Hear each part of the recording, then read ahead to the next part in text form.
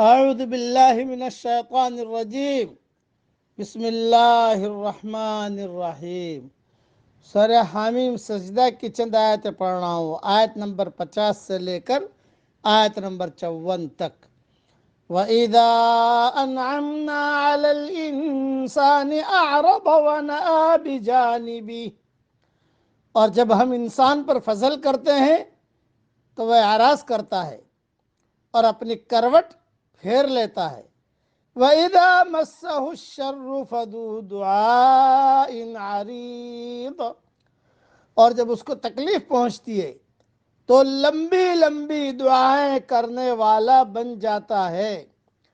قُلْ أَرَأَيْتُمْ إِنْ كَانَ مِنْ عِنْدِ اللَّهِ ثُمَّ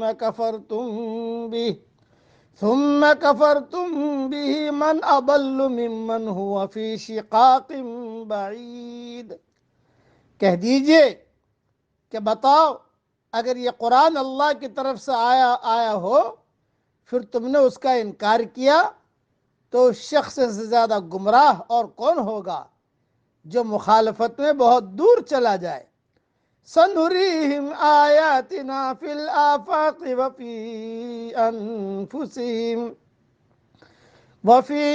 أَنفُسِهِمْ حَتَّى يَتَبَيَّنَ لَهُمْ أَنَّهُ الْحَقُّ، ہم ان کو اپنی نشانیاں دکھائیں گے، آفاق میں بھی اور خود ان کے اندر بھی، یہاں تک کہ ان پر ظاہر ہو جائے گا کہ یہ قرآن حق ہے۔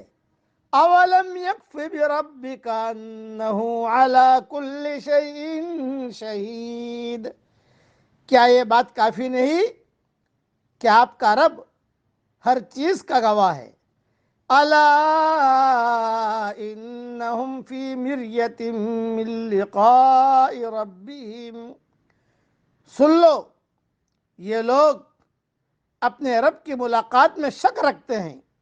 الا انہ بکل شیء محیط، سن لو وہ ہر چیز کا احاطہ کیے ہوئے ہے۔ مختصر تشریح سن لیجئے، یعنی جب اچھے حالات آتے ہیں تو آدمی اللہ کو بھول جاتا ہے، برے حالات آتے ہیں تو اللہ اللہ کرنے لگتا ہے۔ خلاصہ یہ ہے، یعنی بارگاہ الہی میں تضرع زاری کرتا ہے تاکہ وہ مصیبت دور ہو جائے، یعنی شدت میں اللہ کو یاد کرتا ہے، خوشحالی میں بھول جاتا ہے۔ نزول نقمت کے وقت اللہ سے فریادیں کرتا ہے اور حصول نعمت کے وقت اسے وہ یاد نہیں رہتا۔ اس لیے کہا گیا کہ ہر وقت میں اللہ تعالیٰ، ہر وقت میں اللہ یاد رہے، یہ آدمی کو کوشش کرنی چاہیے۔ انسان کو نعمت اس لیے دی جاتی ہے کہ وہ اس کو خدا کا عطیہ قرار دے کر اس کا شکر ادا کرے، مگر انسان کا حال یہ ہے کہ وہ نعمت پا کر سرکش بن جاتا ہے۔ البتہ جب انسان پر کوئی تکلیف پڑتی ہے تو اس وقت وہ خدا کو پکارنے لگتا ہے، مگر مجبورانہ پکار کی خدا کے یہاں کوئی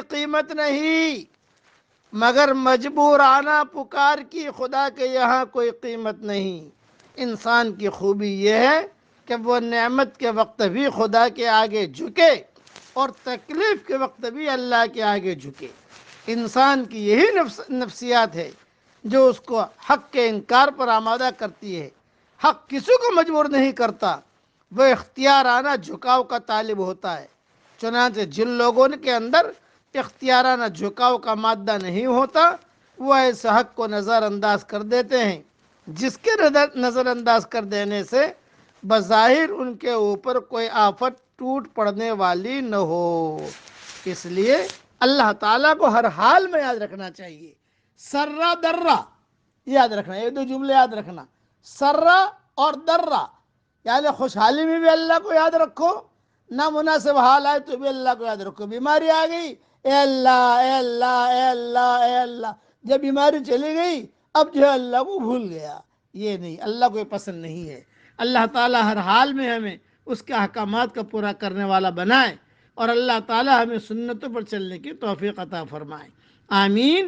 وآخر دعوانا ان الحمد للہ رب العالمین۔